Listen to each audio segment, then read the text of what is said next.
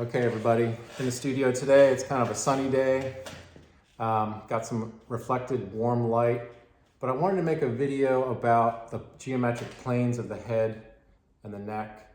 And it's sort of a topic I've become known for. And the reason I talk about it a lot is because I think this is something that's really missing in contemporary sculpture and painting, okay? There's certainly thousands of ugly sculptures from the 20th century and the 21st century that are sort of like, funking up our culture, right? You go to a park and you see a sculpture and it's not old because it's bad, right? And it's kind of a little cartoonish, a little amateurish. They might have all the cheek form and the eye and the mouth, but no one really likes them, and why is that? I'm going to try to explain that and try to help you make more beautiful artwork, okay? So the geometry is really what ties it all together, and this is the stuff that's timeless. You can think of this coming straight from the ancient Greeks. And this is one of my planes heads that I made for my students, and I now sell these. One time in class I was teaching and I delineated the planes with a pencil, and some people seem to like that. So I just had an order come in and the student said, can you do the pencil thing on mine before you ship it out? And I said, sure, I'd be happy to do that. So I am happy to do this at no extra charge, at least for now. And I thought it would make a good video. So we can liken the head to an egg shape. That's the best place to start, I think. The neck can be a cylinder. The shoulders are somewhat planar, boxy, big front plane, little back plane for the trapezius. But the egg shape, it's an egg, right? We all come from an egg, but this is a chicken egg, right? It's like a bird egg. But it's not just a smooth bird egg, it's a blocky egg. And what makes it blocky are the geometric plane changes. So you can also, another analogy besides the egg would be the head is a house.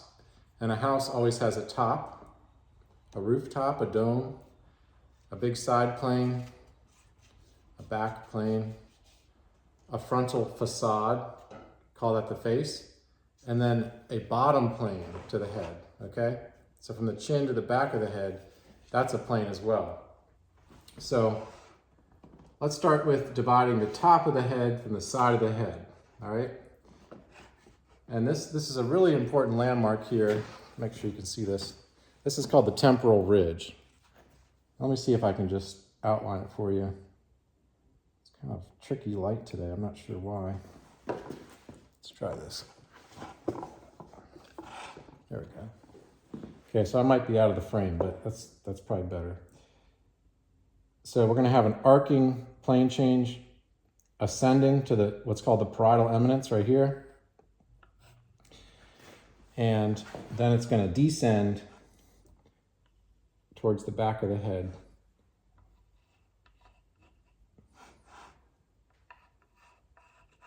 Before it starts to angle under and then come back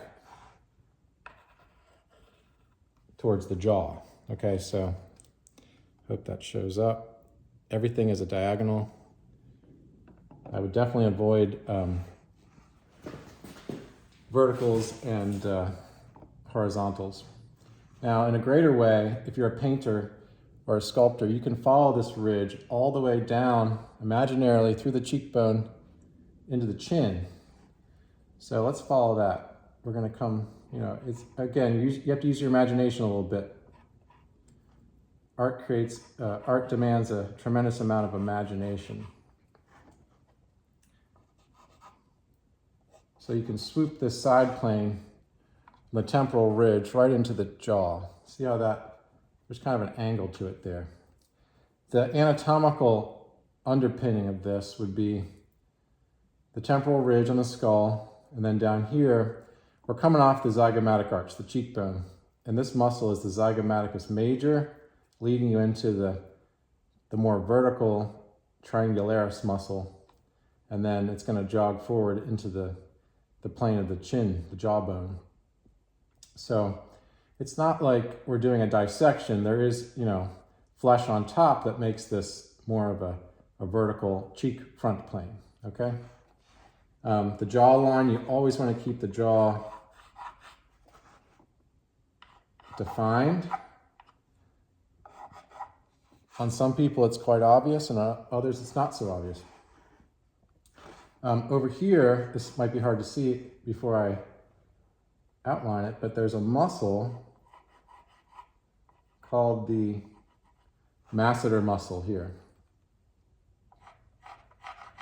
So this is like more or less a vertical plane. It's a chewing muscle on the side of your head, okay? So that's really the true side of the head. This little area here, I would call the in-between or the corner. Let's call it corner. I'll put a C here for corner.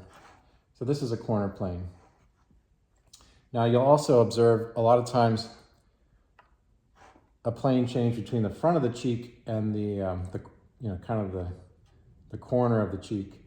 And this will also be coming off this zygomaticus bone. And this would be following roughly the zygomatic minor muscle. And I would always follow that right into the upper lip. See that? Now most people will concentrate on this piece, this cheek form going across, the laugh lines they call it. But really the underpinning of that would be the skull and the musculature going this way. So anytime there's a crease on the body, ask yourself, what's making that crease? And more often than not, there's muscles going, you know, contracting perpendicular to the folds. That's just how it works, all right? I would always, you know, when you define the nose planes, maybe I should have used a better pencil. When you define the nose planes, you know, look for the side plane of the nose. The nose is more or less 3 planes on the top, 1, 2, 3. These planes are all getting wider as they come down. And I would always follow this right up into the downward plane of the eyebrow, okay? Always follow this all the way around. And rhythmically, you want it to unite with this cheekbone to zygomaticus minor plane. So in painting, it's quite obvious that we're going to go up like this and around and then down into this plane or into this plane. So always connect, always be connecting the center, the keel of the face to the corners of the face. Okay, now the chin, it can look like a ball sometimes, but I guess more specifically, I would make it like a rounded pentagon. Yeah. Sort of like the chin strap on a football helmet. Now up here, this is interesting. We have the forehead. Now you can start the forehead with just one plane, but eventually I would make it, I would break it up into this, you know, separate this frontal section from these 2 side sections. So here what we have is like a quadrant. When I say quadrant, I mean there's a fullness to this frontal bone.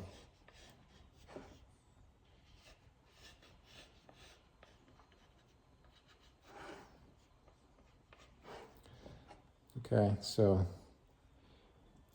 maybe I didn't define it completely on this study, but I think you know what I'm talking about. You can kind of feel the frontal lobe pushing into the skull, or the skull wrapping around that, right?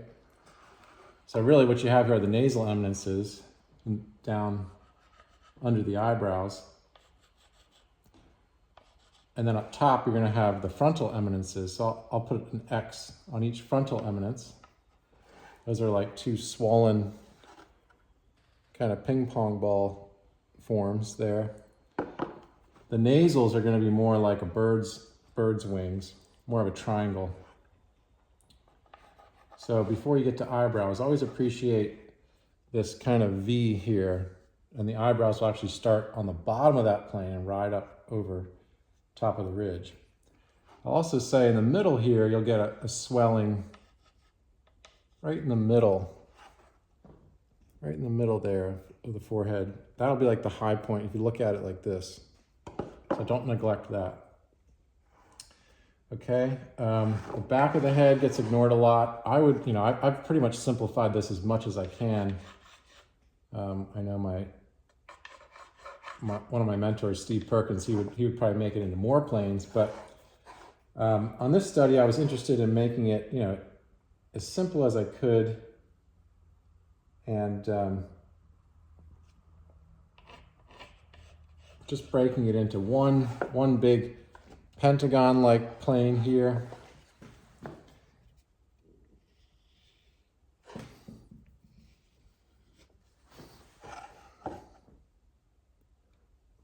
Man, it's reflected light, really intense. I'm going to call that P for pentagon.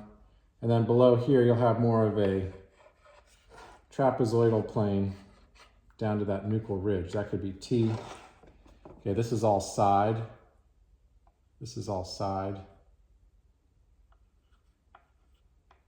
This is the true side with that masseter. This is the true front here, the facial plane. It's about as big as a hand. And then this is like the corner. I call this C for corner. Now that I've delineated the frontal quadrant in the forehead, I'm going to also call this little plane C. Little corner plane that slides right up into the top of the head. Okay. So those are the major planes of the head. On this side, I've made it more organic for the anatomy, the cheekbone and the fleshy forms of the face, and also the cartilage of the ear. So I can talk about this quickly because this is also important. I don't want you to think that, you can just do the geometry. You have to do the little parts too and see how they all fit together. But my only point in talking about all the ugly sculpture out there is most people have this, but they don't have the other part. So it's, the key to beauty is to coordinate it all together. Sort of like knowledge versus wisdom. I've heard many great quotes on the topic of knowledge versus wisdom. And you can think about knowledge as the vocabulary, the information. And then a wise person, let's put it this way. Most people with a normal IQ, they can memorize knowledge, and they can perform a task, and they can get an A+. But very few people can take knowledge and organize it into something simple and profound. So, wisdom is the ability to organize knowledge into something useful and beautiful and something that helps humanity, right? So you're not just a cog in the wheel. Maybe you're actually inspiring people with your work. You could liken it to a symphony. A lot of people can play music. They can learn to read music, but very few can compose a symphony or a great song. So a great composer is able to take all the instruments and the parts and put it together in a symphonic way. They're organizing it into an art piece.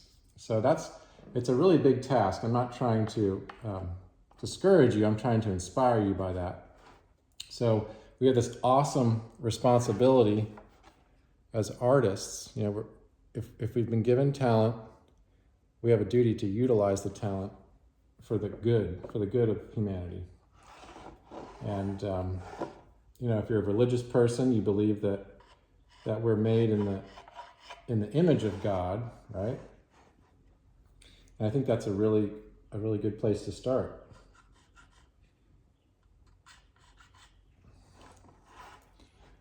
Okay, so here I've outlined this cheek form coming off the nose. Very important. This will give you the organic look of a head.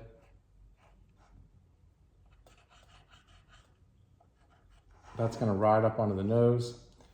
On the corner of the mouth, this becomes a mystery sometimes, but after analyzing it for years, I figured out, you definitely have the node form. A lot of people know the node.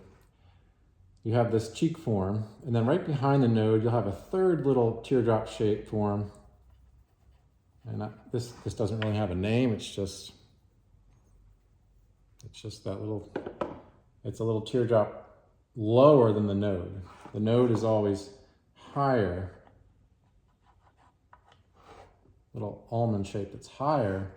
And then in between the cheek form and the node, you'll have another, tertiary little form there. So that was something my main mentor, Cedric Egley, pointed out to me once, because I was making one of these planes heads. He said, "Oh, you got the node, but you're missing a form there." When he told me about that, I realized you're right. There was something missing there. So this one has it all. Not everything, but it has a lot. And then on the side of the neck, you'll have some muscles. This is sternocleidomastoid muscle. And I guess I'll try to outline that. Let me do it over here. I think it'd be better. Man, sorry, this is not the right height, is it? I'll try to hold it. How's that? Okay, so the neck is a cylinder, but more importantly,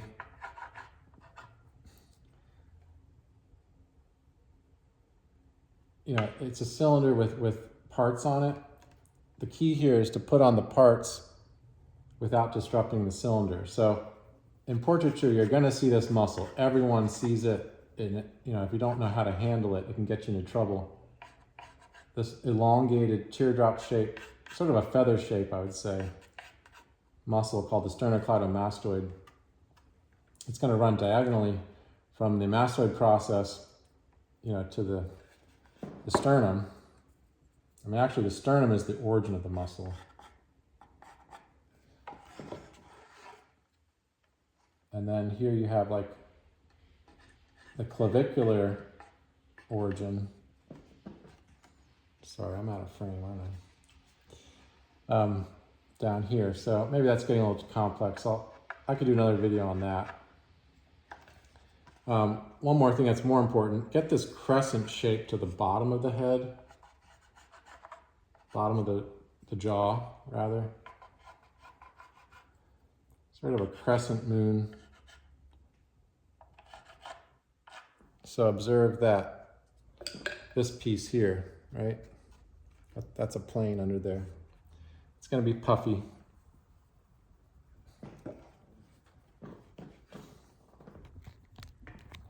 Get it lower. Sternocleidomastoid will have a little frontal plane to it. Little back plane.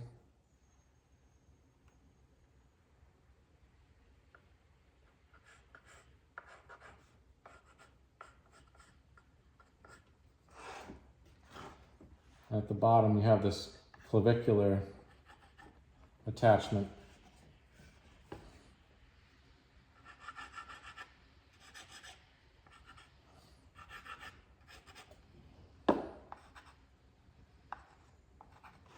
Clavicle. And then the top of the sternum is called the manubrium. This is where the sternocleidomastoid will land. I shouldn't say land. This is where it originates. Every muscle has an origin and an insertion. This is the origin. Okay, and then it's going to insert up into the side of the head. All right, so it's probably a little more than you wanted to know today, but I'll probably complete this off camera for the client. Whoops, I don't want to mess it up. That's the manubrium. I'll put an M for manubrium. This is what we call the pit of the neck. It's that little soft spot between the clavicles and above the manubrium. And you can kind of see how all the features are now secondary to this greater plan, right? So this is the kind of stuff that will make your work more timeless. Okay, so again, I talked about ugly ass sculptures out there. You don't want to be one of those people with a big bronze with your name on it that nobody will tear down because they spent so much money on it. It would be so embarrassing to admit that it's not good, right? I mean, it would have to be really, really bad for people to tear it down. And that did happen with Lucio Ball.